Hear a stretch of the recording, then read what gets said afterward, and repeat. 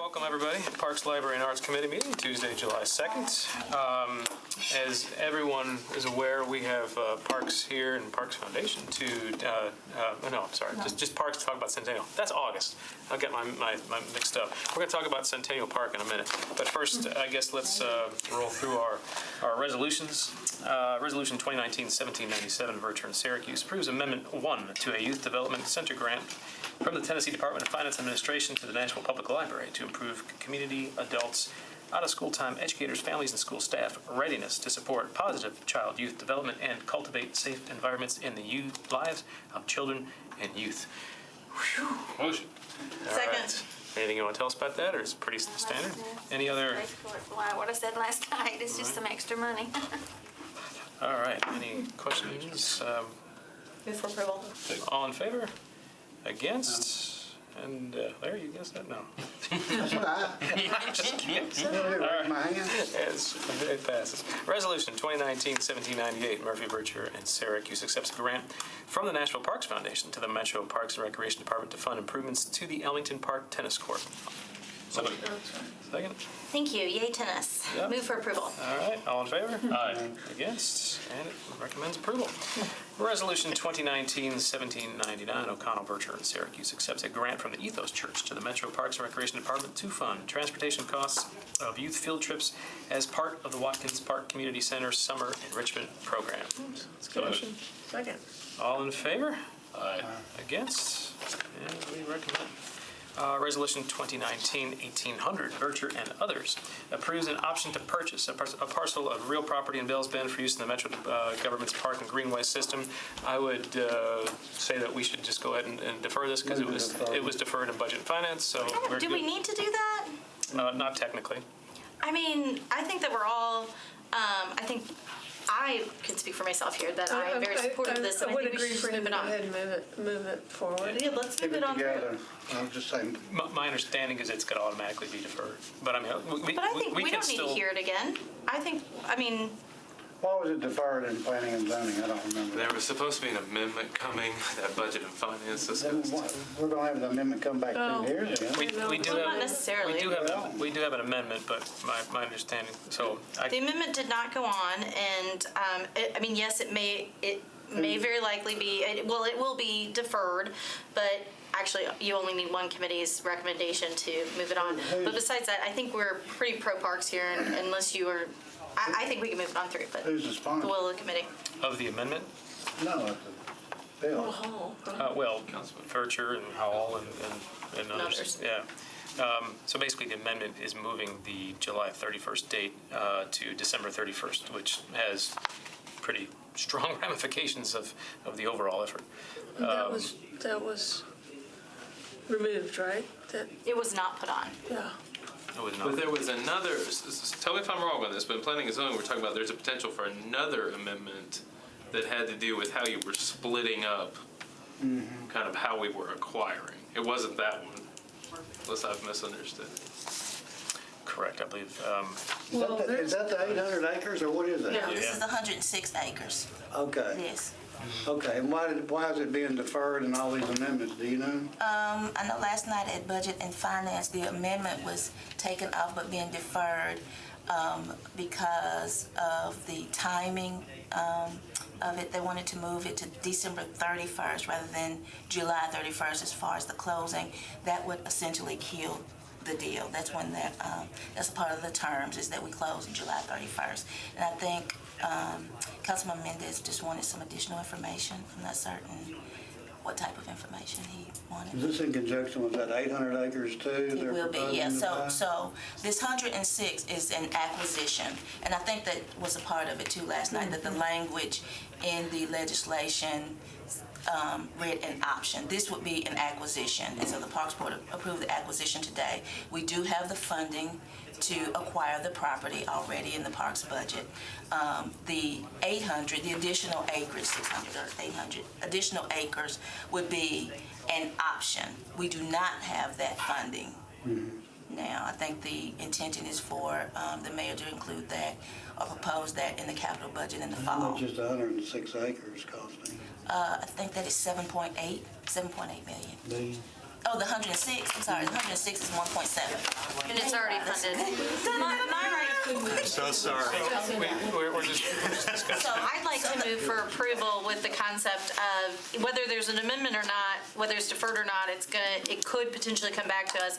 But I, for one, support this and would like to go ahead and go on the record as supporting it, but at the will of the I didn't committee. say I didn't support it. I'm just No, trying to I'm give not you trying to put my- words in your mouth. It's gonna get deferred. Yeah, even if it's Right. deferred or whether it's re-referred to us, I would like to go on the I'm just record trying to keep already. everything online. with So are you- That's up to My y'all. motion is for approval. Is approval without the amendment? Correct.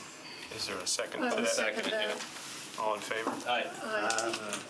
Reluctantly. I gotta run to another. We good? Sorry, we had to get Cody in for the vote. Yes, we are. Thank you, sir. Is that it? Not yet. Madam President, hi. Do we have one still? Very good. Well, we don't necessarily need a quorum for the remainder. I gotta run next door. Remainder of the committee meeting Blackberry basil and cheese and lemon. is we're getting an update from Centennial Park here, master plan, as a phase 2, specifically in light of the cherry tree incident. I believe that Parks proactively, which I appreciate very much, wanted to come and give us an update on the implementation of phase 2, I believe, right? So with that, I'll turn it over to Monique and Tim. I just want to say one thing first before Tim gives his magnificent presentation to you all. A part of our efforts here are to, as I mentioned, as we've chatted about, is to avoid any, to keep you all from in full knowledge of what's going on, particularly when it involves trees. We know that some folks were caught unawares with the NFL draft removal, don't laugh, removal of trees, but going forward as a part of our communication with the Parks Board, the council, and the public, we wanted to make sure that we came before at least this committee to make sure you all were aware of the project and some of the details. Great, and I will go through this as quickly as I can. Before we get into the specifics on the trees, I want to give you kind of an overall context of the work that's going to be done in Phase 2. And Chris Barkley is here with Hodgson and Douglas Landscape Architects, so they're the local lead architects on the project. So first, let me orient you.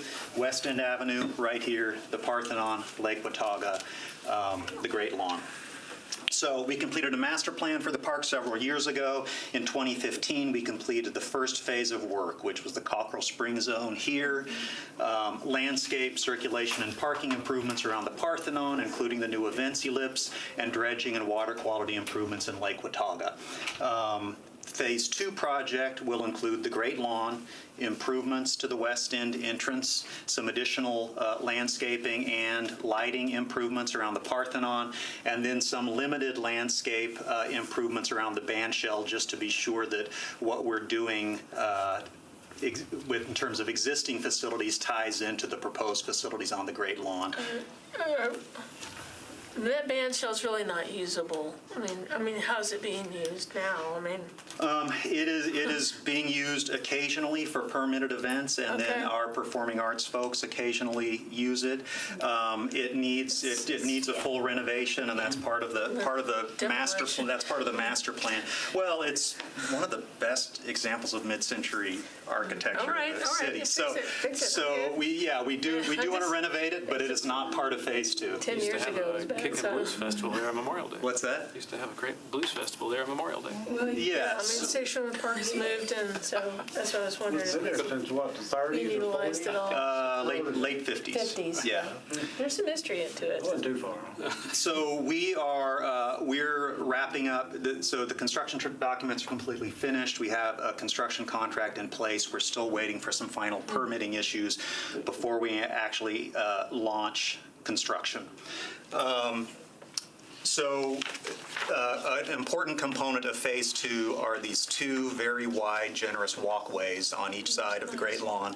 Some of the images that you have are from the presentation we gave to the Park Board this afternoon. Each of those walkways will have an alley of canopy trees on each side, and the spaces in between each of the trees are designed to accommodate event tents, food trucks, that kind of thing for the staging of keeps them off the lawn, for the staging of big events.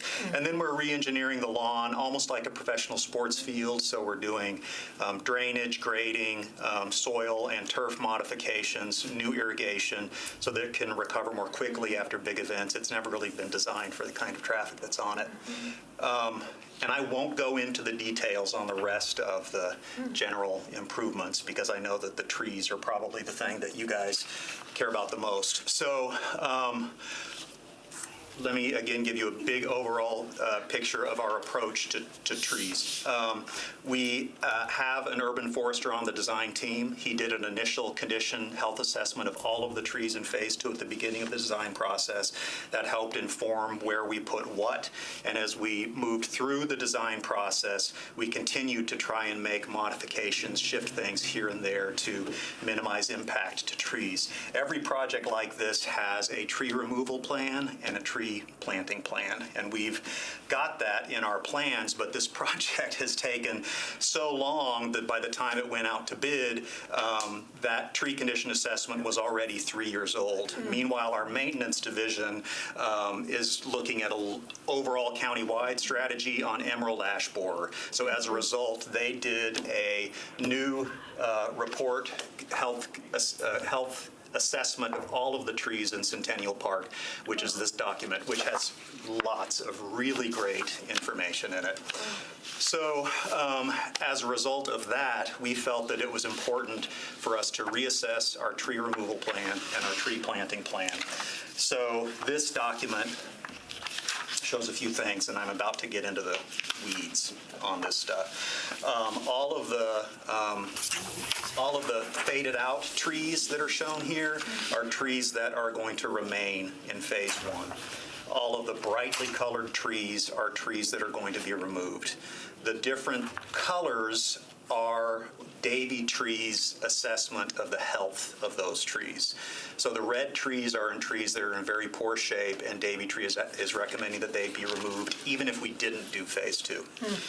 The orange trees are trees that are in fair shape but show lots of evidence of disease, other kinds of damage, and I think Davy Tree's language is that they shouldn't warrant special consideration. So they are an opportunity for us to put something better in their place. Green trees are trees that are in good shape, and blue trees are trees that are in excellent shape. So we're not proposing to remove any trees in excellent shape. The green trees are trees that, despite our best efforts, we determined could not be avoided because of impacts to construction. 2 of them I'll point out. These 2 right here on the East LA are elms, and digging a little further with Davy Tree, even without the phase 2 project, they were recommending A, that they be cabled if we keep them, and B, that they don't recommend cabling in public parks. Oh, yeah. So that puts us in a little bit of a catch-22 with those 2 trees. The next sheet, and I'll get into the numbers here in a moment. The next sheet. Sorry, this is No, you're committee, they don't give me much time, so. Okay. Next sheet shows the bright green is all of the trees that are going to be planted. Faded out green are the trees that are going to be remained. And the peach are the trees that are going to be removed. Okay, numbers. Do you know what kind of trees? Just, Yes, it is on the 3rd sheet. That's the variety of trees. thank you. So, and this I last just wondering, sheet. we're gonna get they're gonna be pretty year-round and not just summer and spring. Yeah, and I can show you the studies that we had done looking at seasonal Good. interest and color, Cool. all of that. But this sheet, and it's a little bit easier to read it on these pieces, it basically shows it by the numbers. And, Oh, yeah, okay, you guys cool. have that. So, according to I've got the TDU information here for the tree ordinance. This is the requirement for our parcel under the existing tree ordinance, 1,256. This, the one in the middle, 2,269, is the requirement under the new tree ordinance that presumably is going to pass tonight, and Executive Order 40 that has a 15% higher requirement for metro projects. And then the last number is the number that we're achieving with Phase 2. So we're head and shoulders above, but of course, we're a park, we're almost always head and shoulders above. The tree ordinance really is designed for private development, so we recognize that. So this lower slide sort of tells the story in some different numbers. So this has the tree count, which is the literal number of trees, and then that same information in caliper inches. So since your time is short, I'll just say that the upshot is that there are 1833 trees in the park. Currently, there will be 1873 when we're finished, so a slight bump up. In terms of caliper inches, we're at 21,396. Currently, we'll be at 20,455 at the end, a slight decrease because, of course, the trees that we're planting are smaller than some of the ones that we're removing. So these numbers, and I did not get into the overall interventions that we're undertaking as part of this project to review, to improve conditions overall for trees in the park, is where we're at with it. So because we don't know when construction is going to start, we don't have a start date for tree removal at this time. Was this complete report done at the Parks Board meeting today with This presentation? with the slides? Yes. If we can get, I can look it up, but if we can get a link to that, then we can, as chair and vice chair, make sure that the council is aware to watch that video, and at the same time, we can put it out on our socials for the general public and any kind of, because I think, this should be a story in the press to help people understand what to expect, and that's where you can get in front of it a little bit. But I think that we can at least do that, because if there's the full presentation on the video, then that's... Thank you. Thank you. And that's a part of our communication plan, is to, of course, work with our PIO and Tim to make sure we get information out to the general public as well. Yeah, I think that too, because we know different community groups or associations or whatever that you can be part of those agendas and to let people know. So it's kind of utilize the grassroots that no pun intended that we have. I already used getting into the weeds, so it's okay. So cool, man. Great. And we're also going to put up, before Naomi Rotramel left, she had given us information about individual notices that are posted on trees. In this case, we're going to have a construction fence around the whole park, but we have a draft of a notice that we will post on the fence at multiple locations. That's interesting.